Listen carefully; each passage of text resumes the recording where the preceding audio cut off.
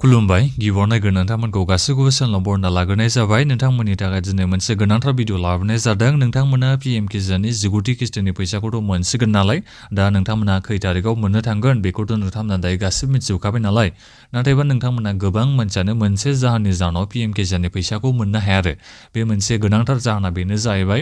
FTO प्रसिडा नोंथांमोननिया न' जानायनि जाहोनाव नोंथांनिया आदाराबो बेंक एकाउन्टजों लिंक जाखाबाय, लेन्ड सिडिंखौबो नोंथाङा खालामना लाखाबाय, पिएम किसाननि इकेवाइसिखौबो नोंथाङा खालामना लाखांनायनि उनावबाबो नोंथांमोना गोबाङानो मा जायो फैसाखौ मोननो हाया आरो पिएम किसाननिखौ। दा जोंहा बेयो मोनसे गिदिर प्रब्लेम जानानै दङ। दा बिनिखायनो आङो बे भिडिअनि गेजेरजों खोन्थाहरनो सानदों। दा नोंथांमोना FTO प्रसिडा न' जायोबा दा फैसाखौ मोनाबा दा बे FTO प्रसिडा न' जानायखौ माबोरै येस खालामनांगौ आं बेफोरखौ खोन्थाहरनो सानदों। जेनेबा येस खालामनो थाखाय नोंथांमोना माबाफोर खामानि मावनो नांगौ नामा, आं नोंथांमोननिसिम बे भिडिअनि गेजेरजों बेखौ खोन्थाहरनो सानदों। नोंथांमोना गोबाङानो बेखौ बुंहरबाय थायो नालाय, आङो बे बाराव पिएम किसाननि फैसाखौ मोननो हायासै, आं सिगांनि इनस्टलमेन्टनि फैसाफोरखौ मोनजोबदोंमोन, नाथाय एबारनि किस्तिनि फैसाखौ आं मोननो हायासै होनना नोंथांमोना गोबाङानो बुंहरो आरो। दा बिनिखायनो आङो बे भिडिअनि गेजेरजों आबुङै खोन्थाहरनो सानदों मानि जाहोनाव नोंथाङा मालाबा किस्तिनि फैसाखौ मोना जायो, बेखौ नोंथांमोना बे भिडिअनि गेजेरजों मिथिनो हागोन। दा बिनिखायनो बे भिडिअखौ नोंथांमोना गासिबो जोबजासिम नायना लाबानो जाबाय।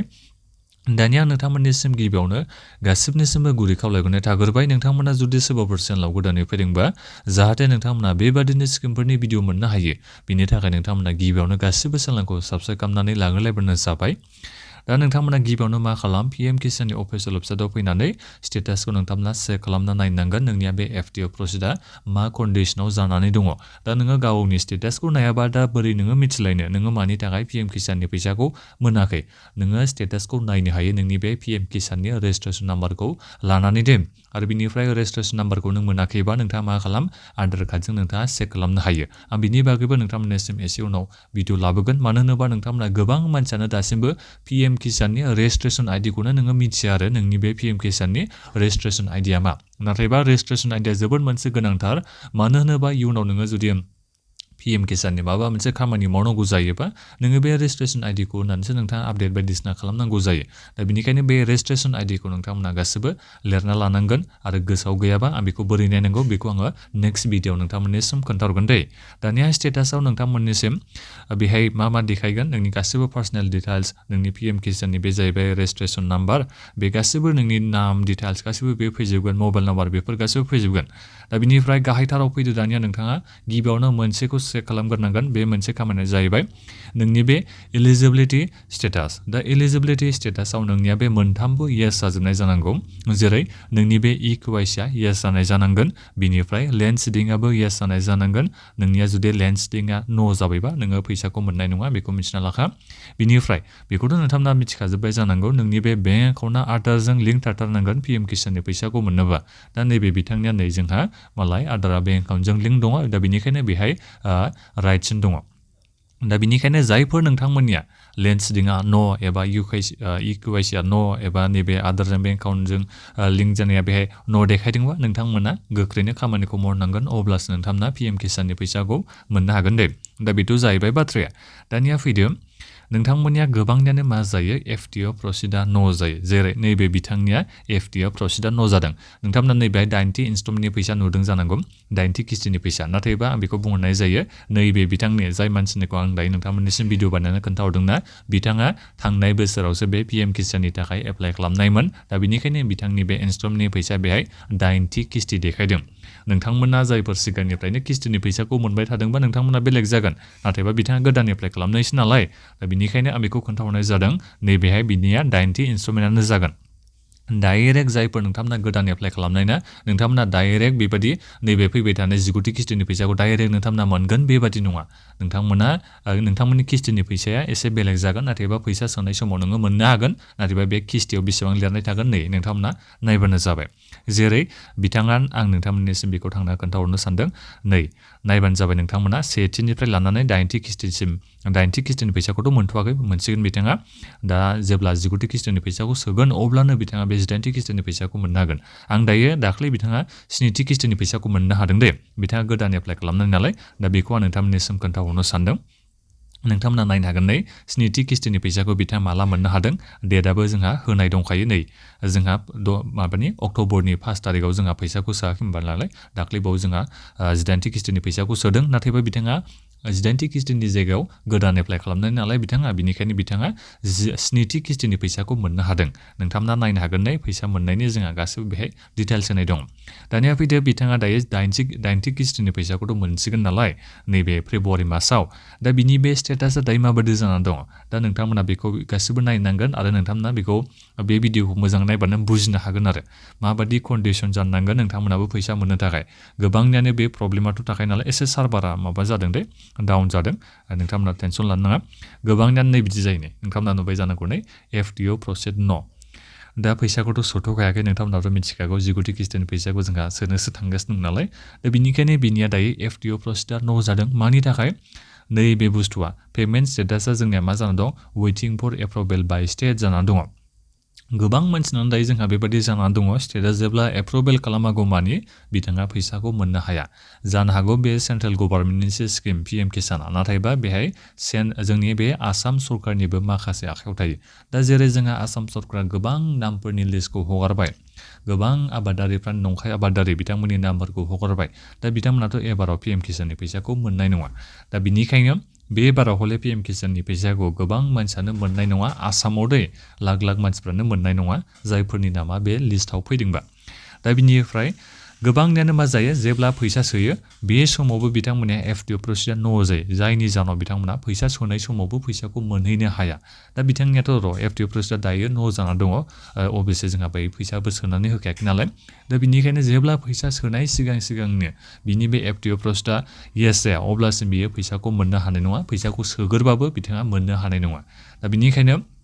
नोंथांमोनाबो स्टेटासखौ बेबायदिनो चेक खालाम नोंनिया दायो स्टेटासा माबायदि श' जाखो बे FTO Processed न' जाखो ना येस जाखो दाथ' नोंथांमोननि गासिबनियाबो न'आनो जाखागोनखा नाथायबा नैबे जोंहा फेब्रुवारि मासनि जेब्ला नैबे 15 तारिख बारोना फेब्रुवारिनि 15 तारिखनि उनाव नोंथांमोना गासिबो स्टेटासखौ चेक खालामना नाय नोंनि बे FTO Processed येस जायाखैबा नोङो सानना लाखादो PM किसाननि फैसाखौ मोननाय नङा होननानै नोंनि बे FTO Processed माने FTOनि फुल फर्मआ जाहैबाय फान्ड्स ट्रान्सफार अर्डार बे फान्ड्स ट्रान्सफार अर्डारखौ नोङो मोनागौ मानि नोङो PM किसाननि फैसाखौ मोननो हाया दा नोंथांमोना मिथिखाबाय जानांगौ दायो गासिबो दा बिनिखायनो जायफोर नोंथांमोना सिगांनि इनस्टलमेन्टनि फैसा माने सिगांनि माने 18थि किस्तिनि फैसा 17थि किस्तिनि फैसा 16थि किस्तिनि फैसाया नोंनिया बे FTO Processed न' जानायनि जाहोनाव नोङो फैसाखौ मोननो हायाखैबा बेखौ नोंथांमोना दायो जेबो खालामनो हानाय नङा मानि थाखाय नोङो FTO Processed मोननो हायाखै FTOखौ नोङो मानि थाखाय येस मोननो हायाखै बेनो जाहैबाय जोंनि बे स्टेट गभर्नमेन्टआ आसाम गभर्नमेन्टआ नोंनि बे एप्लिकेसनखौ एप्रुभेल खालामैनि थाखाय एप्लिकेसनखौ माने नोंथाङा बे बारनिफ्राय फैसाखौ मोननाय नंला नोङो माने गुबै आबादारि नङा नोङो नंखाय आबादारिसो होननानै सरकारा जेब्ला नोंखौ मिथिबाय अब्लाथाय नोंनो मालाबाबो स्टेट गभर्नमेन्टआ जोंनि आसाम सरकारा एप्रुभेल खालामला आरो नाथायबा नोङो बेसेबां किस्तिनि फैसा मोननाय बेखौथ' हरफिनखानांगोनखा आरो बेखौ मिथिना लाबानो जाबाय नाथायबा जायफोर नंगुबै आबादारिफोर नोंथांमोननि नामावनो हाया दंखायो आरो नोङो थार आबादारिखाबा नोंथाङा जेबो टेनसन लानाङा नोङो बेखौ कमप्लेन खालामनो हायो कन्टेक्ट खालामबानो जाबाय आं मानि थाखाय दासिमबो फैसाखौ मोननो हायाखै आरो आंनि फैसा हाबनाया मानि थाखाय थाबथागो बेखौ नोंथांमोना गासिबो कमप्लेन खालामनो हायो जोंहा कमप्लेन खालामनायनि अपसनबो दंखायो आं बोरै कमप्लेन खालामनांगौ बेखौबो खोन्थाहरगोन दा बिनिखायनो जायफोर नोंथांमोना नंगुबै आबादारि नाथायबा FTO Processed न' जानायनि जाहोनाव दासिमबो फैसाखौ नोङो PM किसाननिखौ मोनाखैबा एबा थाबथाना थाबायबा नोङो सिगाङावथ' मोनोमोन नाथायबा दायो थाबथाना थाबायबा नोंथांमोना कमप्लेन खालामथारबानो जाबाय अब्लासो नोंथांमोना मोनगोन सरकारनिबो माखासे भुल थायो जोंहा बेहाय नोंनि माखासे डिटेल्स नायनायाव बिथांमोना सानफ्लांनोबो हागौ जेनेबा नोङो नंखाय आबादारि होननानै बिनि थाखाय जे नैबे जोंनि स्टेट गभर्नमेन्टआ आसाम गभर्नमेन्टआ रिजेक्ट खालामबायबो जानो हागौ दा बिनिखायनो नोंथांमोना गावबागावनि स्टेटासखौ नायथारनांगौ नोंनि बे स्टेटासा माबायदि कन्डिसनाव जानानै दङ नोंनि बे स्टेटासाव आरो बोरैबा गुलाय गुजाय जानानै दङबा रिजेक्ट जाबायबा बेबायदि नैबे एलिजिबिलिटि स्टेटासाव गोबांनियानो रिजेक्टेड जानानै फैयो दा बेबादि जादोंबाथाय आरो नोंथाङा गोख्रैनो कन्टेक्ट लानांगोन गोख्रैनो कन्टेक्टखौ नोंथांमोना बहा लाहैनांगोन डिस्ट्रिक्टनि एग्रिकालसार अफिसाव लाहैनांगोन बिनिफ्राय कमप्लेनबो नोंथांमोना अनलाइन खालामनो हायो नाथायबा अनलाइन कमप्लेन खालामनाया एसेबां माने थाबथ' जाखाया जोंना खामानिया दा बेनिखायनो डिस्ट्रिक्टनि एग्रिकालसार अफिसाव नोंथांमोना थांनांगोन जायफोर नोंथांमोननि एप्लिकेसना रिजेक्ट जाबायबा सिगाङाव फैसा मोनबाय थानो हायोमोन पिएम किसाननिखौ नाथायबा दायो स्टेटासाव नोङो नुबाय जेनेबा नोंनि बे एप्लिकेसना रिजेक्टेड जाबाय होननानै दा अब्लाथाय नोङो डिस्ट्रिक्टनि एग्रिकालसार अफिसाव खारनांगोन नोंथाङा खामानि मावनानै लाहैनांगोन अब्लासो नोंथांमोना पिएम किसाननि फैसाखौ आरोबाव मोनफिननो हागोन आरो आसा खालामनाय थाबाय दायो नोंथांमोना गासिबो मिथिबाय होननानै ओमफ्राय जायफोर नोंथांमोननिया एफटिअ प्रसेसआ सिगांनि इन्स्ट्रुमेन्टनिया न' जानानै दङ बेहाय माखासे रिजन होनाय थायो मानि जाहोनाव नोंनि बे एफटिअ प्रसेसआ न' जादों मानि थाखाय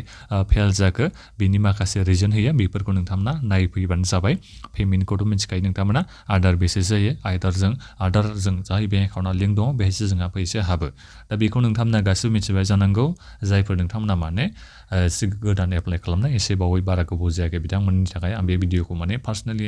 नोंथांमोननिसिम बेखौ बुंहरनाय जादों आरो नोंथांमोना बेबायदि साननो नाङा आं दायो 80 इन्स्ट्रुमेन्टनि फैसा मोन्दों 60 इन्स्ट्रुमेन्टनि फैसा मोन्दों बेबायदि नोंथांमोना साननो नाङा इन्स्ट्रुमेन्टनि गासैबो फैसाखौ नोंथाङा